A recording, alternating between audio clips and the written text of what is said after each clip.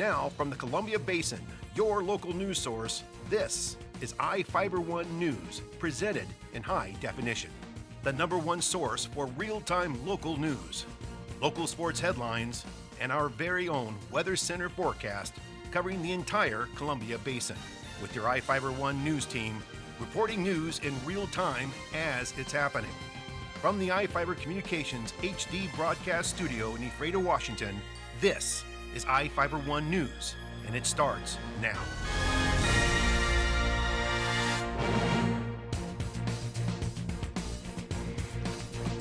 Welcome to iFIBER 1 News. I'm Alan Troop, reporting news from around the Columbia Basin for Monday, August 5th.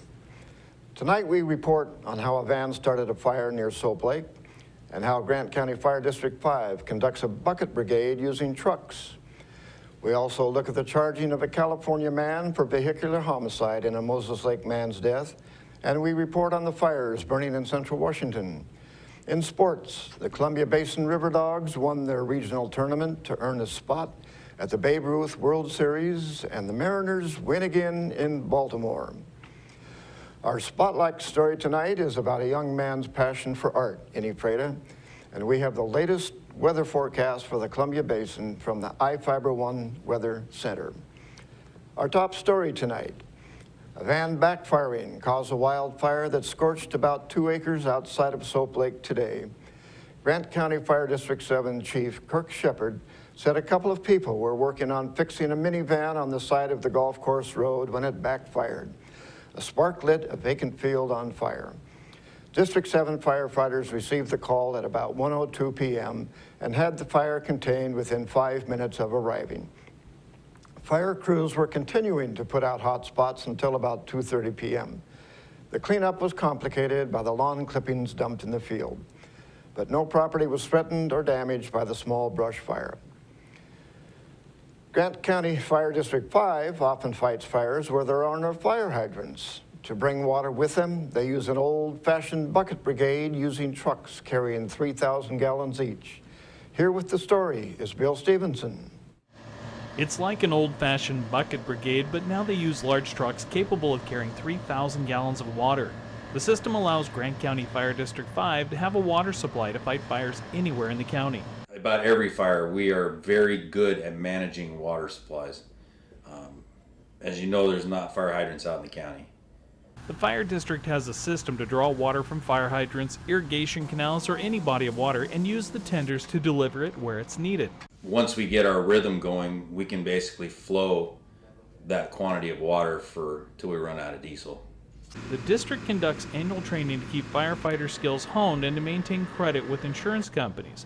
The practice helps keep their firefighting rating high, which helps keep homeowners' insurance costs low. In 32 minutes, Fire District 5 moved about 42,000 gallons of water about 3 miles. They drew water from an irrigation canal and poured it out at another location. It's the equivalent of draining and refilling 7 swimming pools. The drill helps reinforce the coordination and teamwork needed for fighting fires. Teamwork and coordination is important, not just in this drill, but in everything we do. Not one person, I don't care how good a firefighter you are, can do it all by himself. It's a team.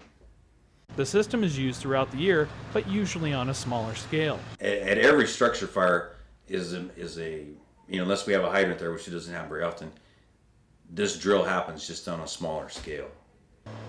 For iFIBER 1 News, I'm Bill Stevenson.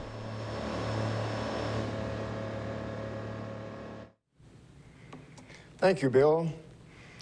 A man reportedly forced a number of people off the road before killing a Moses Lake man outside of Quincy in July in a head-on collision. Prosecutors charged 32-year-old Ronald Kincaid with vehicular homicide in Grant County Superior Court Friday. The Montague, California man allegedly forced a number of people off the road while he was driving a 1996 Chevy Blazer on State Route 28 on July 18th. He allegedly crossed the center line near Quincy, hitting a 2013 Dodge Dart head-on. The collision killed 50-year-old David Castilla of Moses Lake. To read more about the case, you can visit us online at ifiber1.com/news. Each of the people you see here has warrants for their arrest and is wanted by various law enforcement agencies. If you see any of these people, the DOC asks that you not attempt to detain or apprehend them, but to call police. You can also call the Department of Corrections at 509-764-6180 during the day, or 509-762-1160 after 5 p.m. We will be back after these messages with the latest from our iFIBER 1 Weather Center, sports, and more news.